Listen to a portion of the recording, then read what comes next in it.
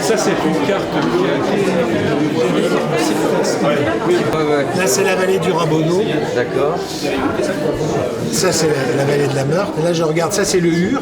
Oui, donc nous sommes actuellement lors de l'inauguration de la boussole dans la galerie qui mène à l'Office du tourisme, et donc nous sommes devant cette carte du territoire où se trouvent les différents endroits stratégiques au niveau du tourisme, et donc cette carte a été réalisée par le CIRTES de Saint-Dié-des-Vosges.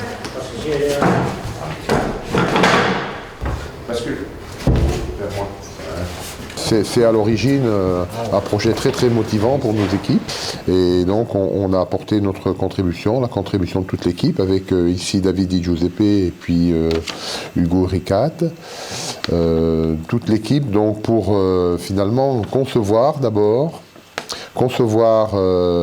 modéliser numériquement la carte de l'agglo à partir des données de l'IGN.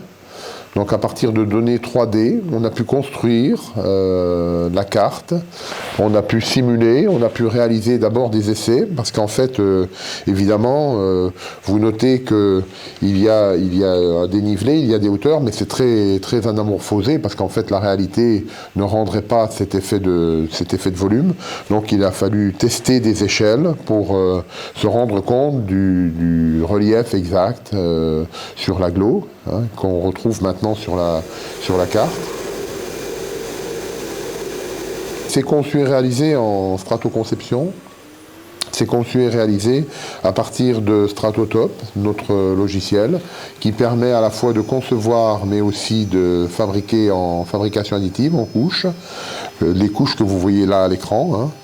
Et ces couches sont reconstituées pour recréer l'objet 3D. Donc pour recréer le relief évoqué tout à l'heure. Voilà. C'est très motivant parce qu'au quotidien, bien sûr, on réalise des maquettes, des outillages et des pièces industrielles, hein, pour Airbus, pour Ariane, pour EDF, pour SNCF, pour l'automobile. Donc en fait, on réalise des pièces plutôt techniques qui sont des pièces 3D et qui sont des pièces aussi réalisées en résine, en bois, voire en métal. Mais là, pour nos équipes, c'est effectivement très motivant de pouvoir travailler sur des sculptures, parce que je crois qu'il s'agit d'une véritable sculpture, sur des œuvres d'art. On va travailler sur des reproductions de bustes, on va travailler sur des créations d'artistes. Donc la partie pièces d'art représente de plus en plus quand même une de nos activités. Et il y a une demande très forte et notre procédé est particulièrement adapté parce que, évidemment, déjà vous le remarquez là, on peut travailler la matière, on est les seuls à travailler le bois. En fabrication additive, c'est le seul procédé qui permet de travailler le bois et des bois qui peuvent être des bois nobles. Hein. Ici, il s'agit d'un boulot de Finlande. Hein, mais on peut travailler évidemment toutes sortes de bois à partir du moment où ils sont disponibles en plaques, c'est-à-dire à partir du moment où on peut travailler à partir de couches et donc créer des couches 3D.